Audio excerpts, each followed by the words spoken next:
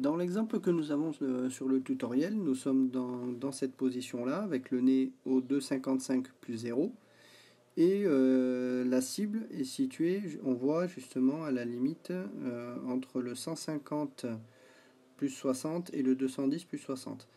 Ce que l'on va chercher à faire, c'est de procéder en deux étapes. C'est d'essayer d'amener le nez en direction justement de ce chiffre 2, et donc de la cible. Donc dans le tutoriel, le virage est fractionné en deux parties.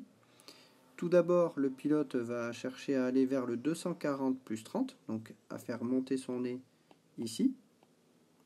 Et ensuite, à effectuer un virage qui va amener son nez ici au 180 plus 30.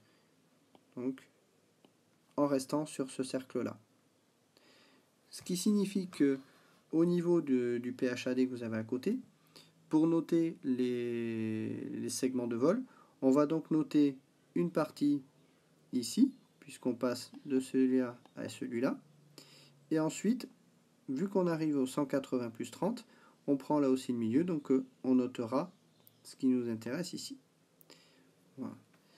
Donc ce qu'il faut maintenant savoir, c'est combien de flight points on va noter justement ici et ici. Là pour ça, il va falloir aller se référer au tableau que l'on a déjà vu pour transformer les ticks en flight points. Pour le premier segment de ce mouvement, donc on a vu, on va passer donc du cercle 0 degré au cercle 30 degrés, et donc passer du 255 plus 0 au 240 plus 30. Donc ce mouvement va coûter 4 ticks. Donc on verra dans des vidéos plus tard comment on déterminer ces 4 ticks. Donc on va aller chercher par rapport à notre vitesse. Donc on a dit notre vitesse étant donc, de 390. On va aller chercher donc le premier chiffre supérieur sur ce tableau-là. Donc 390 est ici. On prend donc le 400. Et on va chercher ce qui correspond à 4 ticks, qui est ici. Et on a donc 4, ce qui signifie qu'on a 4 flight points. Donc ces premiers 4 flight points, on va pouvoir les noter sur le PHAD. On va donc, comme on voit le mouvement ici, passer du 255 au 240. Le milieu de ce mouvement est donc situé à la limite entre le cercle jaune et le cercle blanc. On va donc noter nos 4 flight points ici, à la frontière entre les deux. Maintenant, nous allons passer au deuxième segment, c'est-à-dire passer du 240 plus 30 au 180 plus 30. Alors dans le tutoriel, il est donné que pour passer d'une cellule à une autre qui correspond au même cercle d'assiette, cela représente en fait 3 ticks. On verra là encore dans des vidéos plus tard comment on détermine ceci. Donc on voit qu'on a pour ce déplacement-là, pour passer du 240 au 180, on passe par 2 hexagones. Et donc on va consommer un total de 6 ticks. Donc c'est pas bien compliqué. 3 plus 3. Ce qui en plus, si on ajoute aux 4 ticks qu'on a fait, ça nous donne 10 ticks. C'est pile poil les 10 ticks auxquels on a le droit pour chaque tour de jeu. Donc on terminera le tour de jeu à cette position-là, à la fin de nos 10 ticks. Donc on va maintenant rechercher combien de flight points ça nous fait pour ces 10 ticks. Donc on revient à notre tableau Speed to FP Table. On a donc 6 ticks à ajouter, donc on va faire 4 plus 6, ce qui nous amène à 10. Voilà. Et donc on va aller chercher jusqu'à ces 10 ticks. Ça nous donne 10 flight points, auxquels on retranche les 4 que l'on a ici. On a donc 6 flight points. On va maintenant reporter ces 6 flight points sur le PHAD. Donc sur le PHAD, on a dit que on était donc le milieu de ce déplacement était donc sur le 210 plus 30. On va donc mettre nos flight points, les 6 flight points ici. Donc vous voyez, c'est pas bien compliqué, c'est quasiment identique à ce que l'on a fait pour les vols en palier et en virage.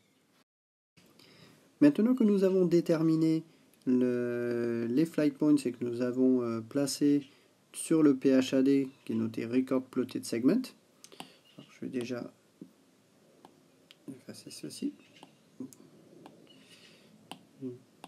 Je vais mettre la position de fin du nez, voilà, on va éclaircir un petit peu ça. Donc on va maintenant s'intéresser à notre déplacement sur l'aire de mouvement en 3D. Donc pour la première étape, nous avons, on a dit, 4 flight points que l'on va utiliser. Donc comment nous allons utiliser ceci? Tout d'abord, on a vu dans la vidéo précédente concernant les règles d'utilisation en fonction de où sont placés les flight points sur les différents cercles.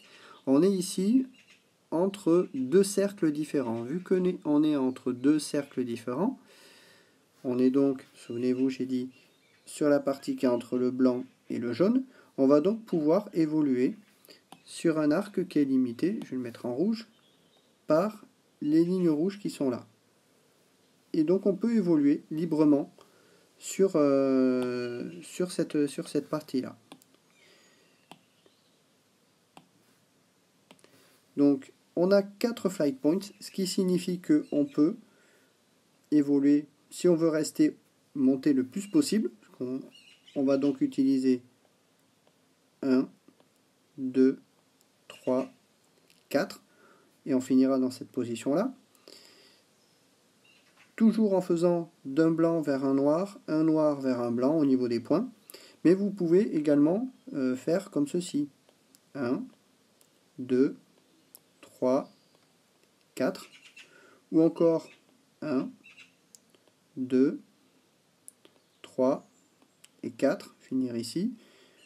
Ou encore 1, 2, 3 et 4.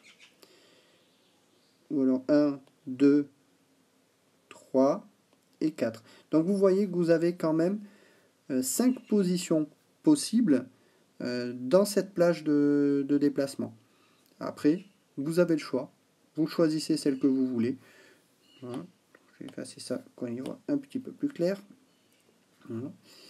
Et je vais choisir, comme c'est le cas dans le tutoriel, de monter le plus possible, donc de rester sur cette ligne, 1, 2, 3, 4, et donc de finir ici. Voilà. Donc on remarque que en faisant un mouvement comme ça, si on se réfère à la ligne au-dessus, ça nous représente 4 hexagones horizontaux.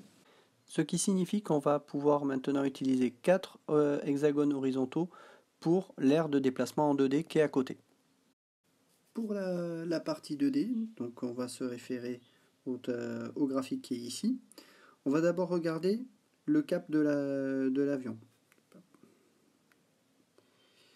Donc si on regarde notre chiffre 4, on passe d'un cap 255 à un cap 240.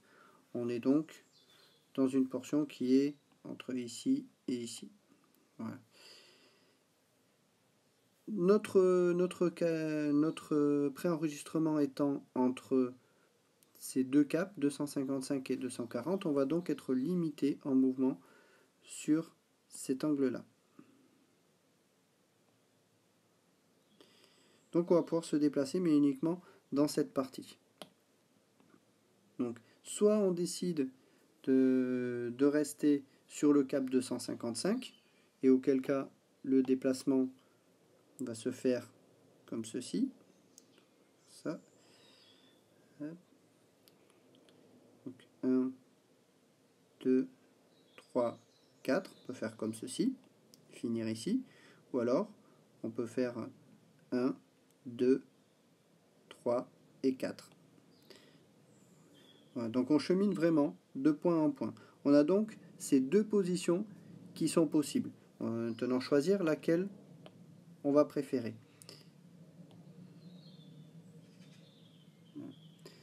Donc on va opter pour rester sur d'après le tutoriel, sur ce cap 255, de façon à ne pas trop tourner encore pour ne pas overshooter la cible, c'est ce qui est donné.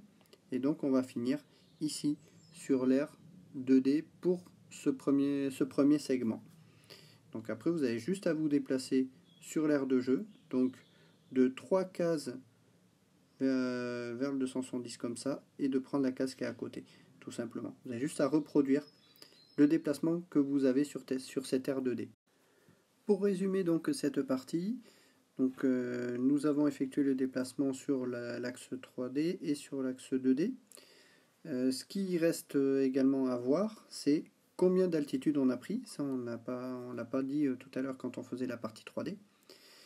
Nous avons fini donc sur la partie que l'on voit ici, et donc on va se reporter à l'échelle qui est ici. On va donc prendre plus 4, et donc on va prendre l'échelle positive de l'altitude change qui est à côté, et on va aller jusqu'à plus 4 ici.